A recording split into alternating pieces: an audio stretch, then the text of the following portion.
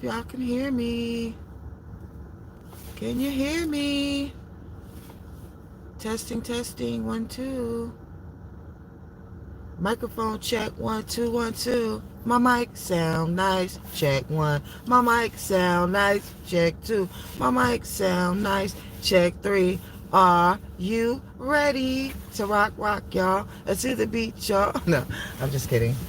I'm just gonna make this quick live because I'm driving back. But I just came off of Queen Sheba's panel, and I know that Queen Sheba was talking about disrespecting black women and black women accepting disrespect and being mean and all that kind of stuff, and you know, us accepting the BS from the alphabet men who disrespect us and things like that. And I came on a panel to talk about how men do project, you know, and how they simp for other men by saying that we do this and we do that, but it's actually other men who do it. When you was little on the playground and you saw a little gay boy, he was playing with you. He wasn't being ostracized by the little girls. He was a friend to the little girls. The little girls was his friend, but the little boys didn't want nothing to do with him. And as time went on, who was his best friend? Another girl, another chick. Who do they emulate? A girl, a chick, a woman, their moms. And then they get up here and say all this BS, knowing goddamn well that it's dudes who are the ones who treat them like that. Dudes are the ones who tease them. And I'm not saying that no woman doesn't do it and no girl doesn't do it, but overwhelmingly it is men who do this shit. It is men who have something to say. It is boys who don't want nothing to do with other guys because everything is gay. If you wear this, you're gay. If you do this, you're gay, and all of this stuff. And then they teach other women that, or girls, that that's considered gay. That your man, he corny, he a simp, he this, he that, and that's gay. So then girls start repeating that stuff. Just like when they say things like, oh, you can't be vulnerable with a woman because she's going to use it against you. Okay, but at the end of the day, everything is subjective to the person, because let's not forget that a man or a boy can never be vulnerable with his boys, because the second that he tries to be vulnerable, they start teasing him. They start telling him he's whipped, he's a ussy, he acting like a B right now, he's a 304, all of that shit. But they will quickly say that women, they can't be vulnerable with women, and I call BS on that, because excuse me, because like I said, they are the ones who do this shit.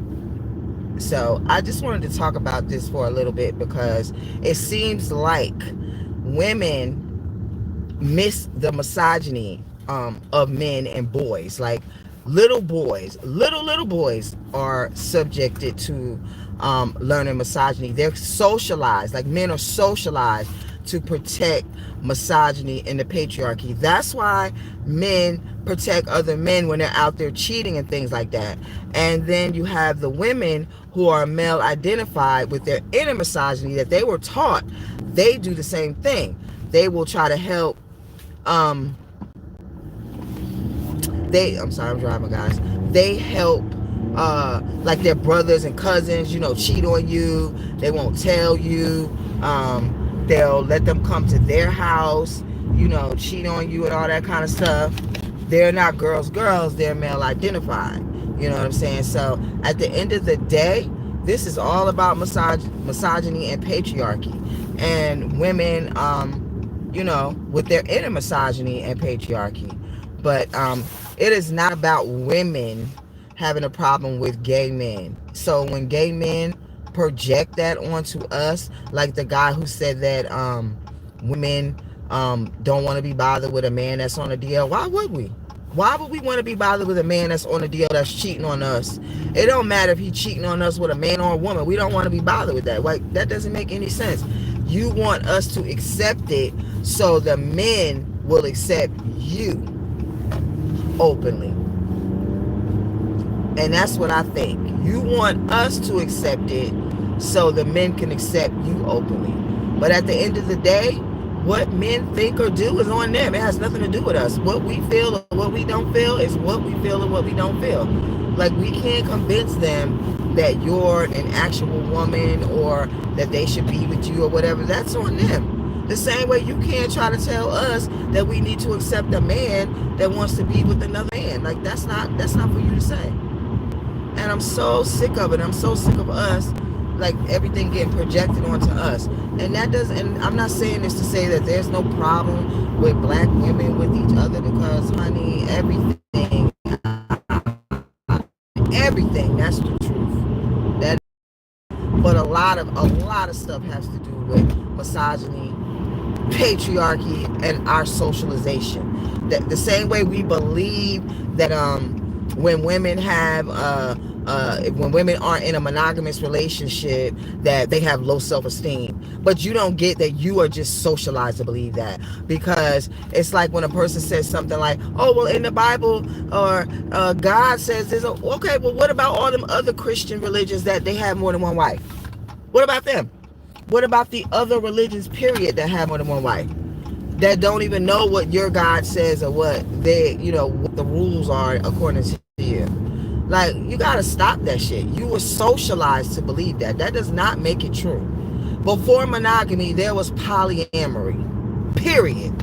You need to look that shit up before you start running your mouth with that stuff, because you were socialized to believe that because you're with one person that you have higher self-esteem than them or whatever. And that's not true. That is not true. It is just what you were socialized to believe. You believe this, just say, I believe this, or I wouldn't do this. You can't make them wrong because it's something that you don't know about, or you don't believe in, or you wouldn't do. That does not make them wrong. It just doesn't. So I really understand what she was saying. Like, people were talking about this generation of women, and I gotta honestly say, everything they were saying is the same stuff that I went through. I'm Gen X, I'm 53 years old, and I still experience those same girls when I was younger. The same thing. And guess what? If they can't get you, then they get a group of girls to come after you. You know what I'm saying? This is what they've always done. They still doing it today. Still doing it today. Where one person can't get you, or they can't beat you up, then they get all the other girls against you. So if you say, oh, well, I need to tell this person is bothering me or whatever, you go to the teacher or the principal, you tell this person is bothering you, they stop, but then they get all their friends to bother you. So the things that we do as a people can be fucked up, because I went to black schools and I went to white schools. I lived in black neighborhoods and I lived in all white neighborhoods most of my life.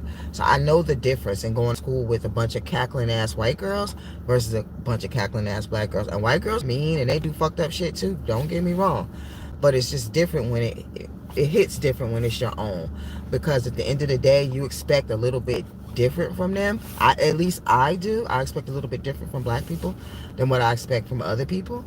So it does hit a little different, but I definitely agree with everything Queen Sheba was saying, that that content creator is projecting from his mom onto us, which a lot of men do. They have issues with their mom, or with something that mom said a long time ago or did a long time ago. Or like an ex of mine, his mom passed away. He have issues with his mom based on something some other motherfucker said. Like, somebody else was calling his mom names and stuff like that, and he took that on and started pushing it onto his mom as well. Like, it's other men who had something to say about his mom, which made him have an issue with his mom, but not with those men who was talking about his mom. No, he don't got no issue with them.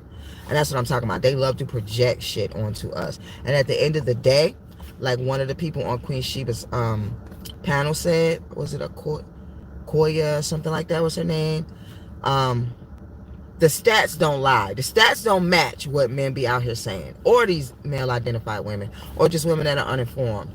The stats don't match what you say. That's not how the stats work. The stats don't go by your feelings. They go by facts. And the stats do not match what men, especially red pill men, be parroting. They're full of shit. So at the end of the day,